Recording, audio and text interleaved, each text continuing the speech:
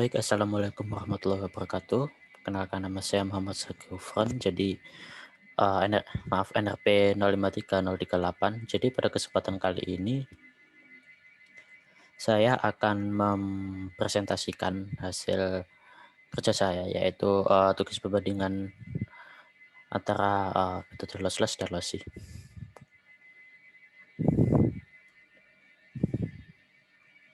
Baik, jadi di tugas multimedia kali ini tugasnya kita disuruh untuk membandingkan hasil rasio kompresi dengan metode MSE, PSNR, dan SNR antara metode kompresi lossless dan lossy.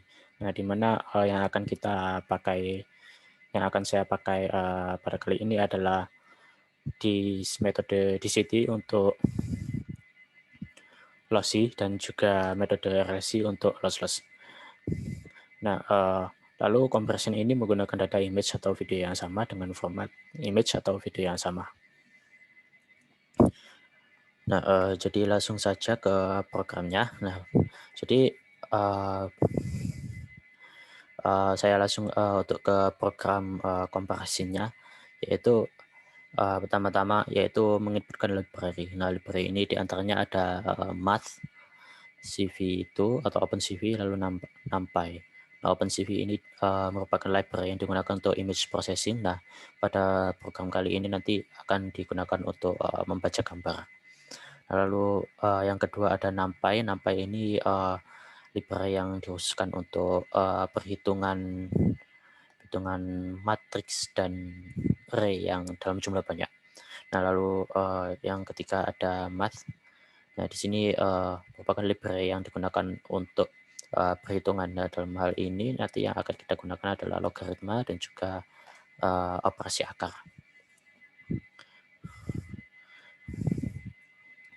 Nah, lalu saya akan menjelaskan fungsi-fungsinya. Pertama, di sini ada fungsi MSE. Ya, sesuai namanya, jadi fungsi MSE ini digunakan untuk perhitungan MSE, yaitu di mana MSE itu merupakan perbedaan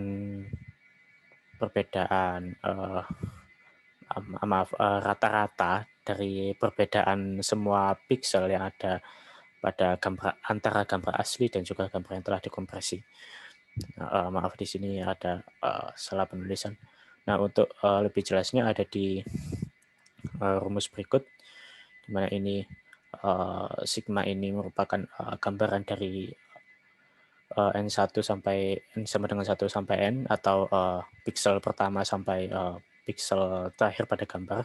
Nah, lalu XN ini itu merupakan data dari gambar yang asli, lalu YN ini merupakan data dari gambar yang telah dikompresi. Nah, lalu nanti dikali dengan seper N, atau bisa dibilang dengan rata-rata atau average. Nah, dapat dilihat di sini sesuai dengan perhitungan yang ada di codingan, yaitu di mana ini fungsi min. Fungsi min ini itu digunakan untuk menghitung rata-rata atau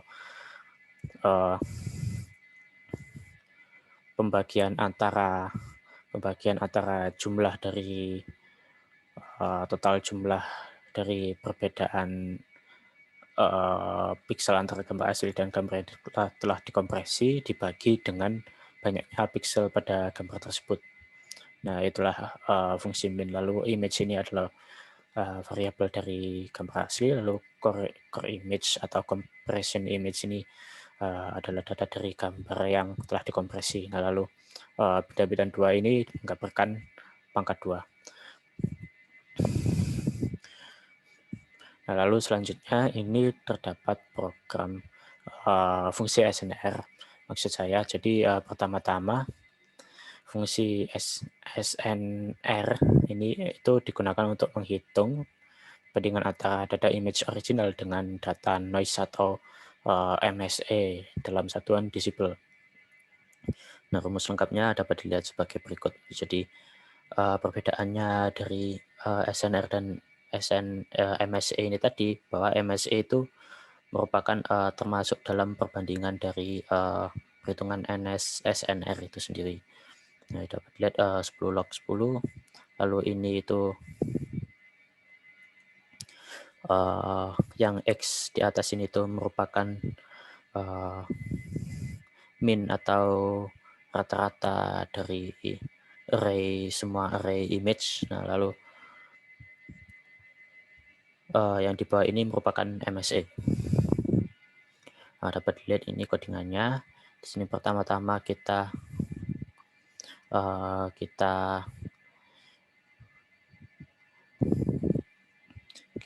bentuk image kita tadi, image originalnya tadi sebagai array. Nah, lalu dicari min-nya atau rata-ratanya berdasarkan array image tadi. Nah, lalu var noise ini tadi merupakan MSE-nya, sama saja. Nah, lalu apabila var noise atau MSE-nya ini sama dengan 0, yang artinya gambarnya itu asli atau sama seperti yang aslinya, sama seperti yang original, maka SNR-nya akan bernilai 100. Lalu di sini yang else-nya ini merupakan perhitungan ini tadi. Nah, log 10 dari min image dibagi perbandingan antara min image dan juga MSE-nya, lalu kali 20 ini itu merupakan salah satu dari operasi logaritma, di mana ini pangkatnya 2 ini dipindah ke depan jadinya jadi 20. Nah, jadi hasil dari SNR ini apabila angka yang dihasilkan itu lebih besar, maka kualitas dari kompresi tersebut akan menandakan kualitas dari kompresi tersebut lebih baik. Nah, lalu fungsi yang terakhir ada PSNR. Jadi PSNR ini kurang lebih sama dengan SNR, tapi perbedaannya yaitu PSNR ini menggunakan perbandingan antara peak image atau maksimum dari sinyal value dari suatu gambar. Nah, di mana di sini itu max dari value-nya yaitu 2255.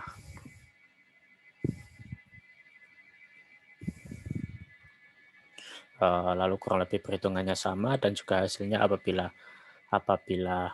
hasil yang dikeluarkan itu lebih besar, maka kualitas dari konversi tersebut akan lebih baik. Nah, lalu di sini kita akan melakukan perbandingan dari kualitas konversi antara 3 gambar di sini. Jadi antara gambar original dan gambar DCT dengan gambar original dengan gambar RLC. Nah, dapat dilihat ini merupakan gambar originalnya, lalu ini hasil dari DCT kompresinya, lalu ini RLC kompresinya. Nah, lalu hasilnya adalah sebagai berikut. Mungkin bisa saya demokan terlebih dahulu.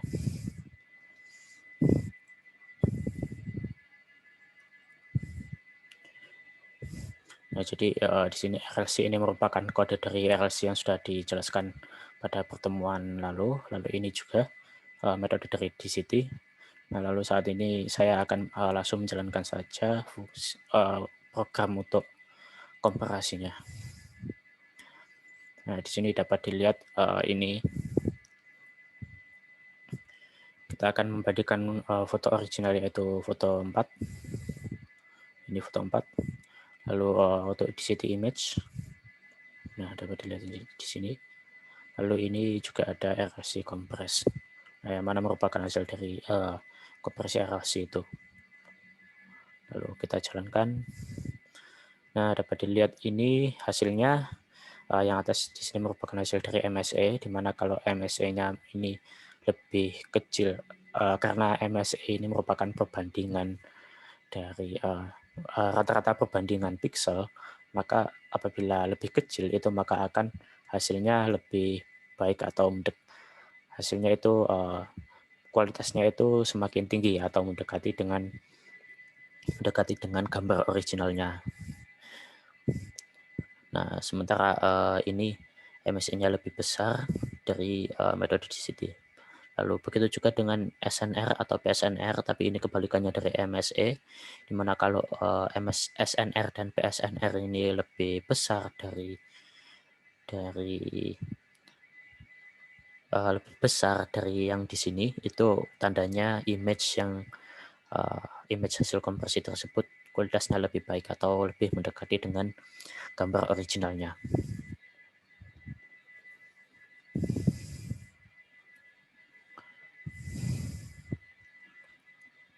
Nah, baik,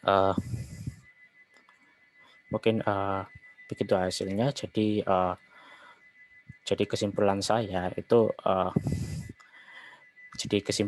yaitu gambar hasil dari DCT compression itu hasilnya itu kualitasnya lebih tinggi atau lebih baik kompresinya. Maksud saya lebih baik dalam hal gambarnya, yaitu di mana gambarnya itu lebih mendekati dengan gambar originalnya. Nah, bisa lihat di sini, bisa dilihat dengan jelas ya di sini, gambar DCT-nya ini lebih mendekati dengan gambar originalnya ketimbang gambar dari RLC compressionnya ini. Nah, dapat dilihat ini nilai-nilainya. Nah, sehingga saya menyimpulkan bahwa metode lossless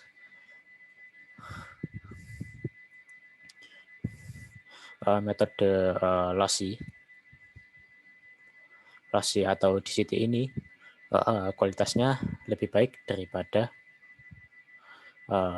metode lossless atau RLI. Nah, karena apa? Karena kemungkinan pada metode RLC ini atau RLE ini, run length encoding ini, gambar yang dihasilkan adalah gambar black and white. Nah, sementara gambar yang dihasilkan dari DCT compression itu hasilnya tetap dalam grayscale, walaupun agak blur. Nah, sedangkan yang satunya ini tidak ada grayscale-nya sama sekali, malahan berbentuk black and white. Nah, sehingga akan lebih berbeda dengan gambar originalnya. Nah, baik, mungkin seperti itu saja analisis dan presentasi dari saya. Apabila ada salah selebihnya mohon maaf. Saya undur diri. Wassalamualaikum warahmatullahi wabarakatuh.